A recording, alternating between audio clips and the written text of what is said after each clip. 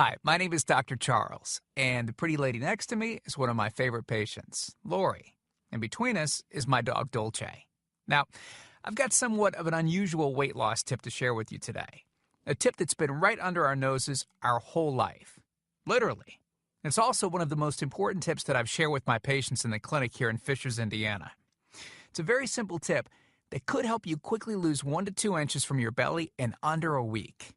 Now, I need you to listen very closely.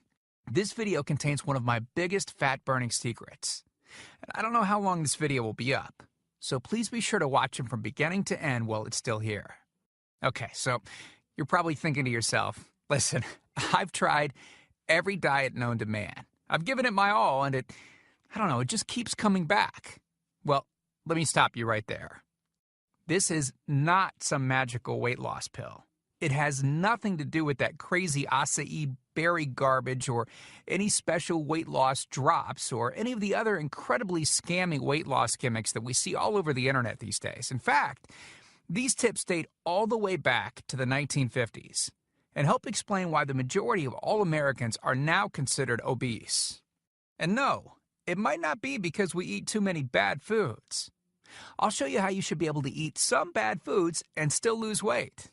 Hey, believe it or not, it's not your fault. But before I get into the specifics, let me quickly tell you a little bit about myself. First of all, I'm a board-certified chiropractic physician, certified wellness practitioner, certified advanced nutritionist, speaker, author, have helped thousands worldwide. One more thing, before we go any further, let me tell you about someone that I'm extremely proud of, a patient of mine named Lori. Now, she was your typical working mom with 3 children to take care of.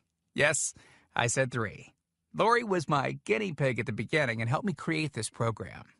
Now, she comes from a very poor line of genetics, obesity, diabetes, heart disease, etc. So I thought if this program worked for her, it might be able to help anyone. This one specific tip that I'm about to share with you helped Lori lose 2 inches from her belly, lose 8 pounds in only 9 days, lose 2 inches from each thigh, lose 3/4 of an inch from each arm, drop 3 dress sizes. At the age of 30, she now wears a smaller dress than she did in high school. I know you're probably skeptical, and I don't blame you. I mean, it sounds like something so dramatic that it must be torn from one of those supermarket tabloids, right? But it isn't. Lori ultimately lost a whopping 90 pounds of fat and dropped 16 dress sizes. 16! Lori went from this, 210 pounds, which, by the way, is the weight that she couldn't get rid of after her last pregnancy, to this, 120 pounds. And she achieved all of this without counting calories, without starving herself, without killing herself at the gym, all while still eating all the foods that she likes, like raspberry cheesecake ice cream, which she absolutely refused to give up. Her friends are jealous, and acquaintances can't believe that she's ever even been pregnant. Listen, when it comes to weight loss, unfortunately, women get the short end of the stick. It's definitely harder for women to lose weight. In fact, women have been hardwired to not lose weight. And no matter how cheesy what I'm about to tell you sounds, it all makes perfect sense if we stop and think about it. Let me explain. It all stems back to the hunter-gatherer days of our ancestors. Men weren't built for fat storage at all. Men were built to be lean and fast to hunt food. How men can even accumulate fat at all goes completely against our genetics. On the other hand, women were built for fat storage to be able to survive and care for children during famine.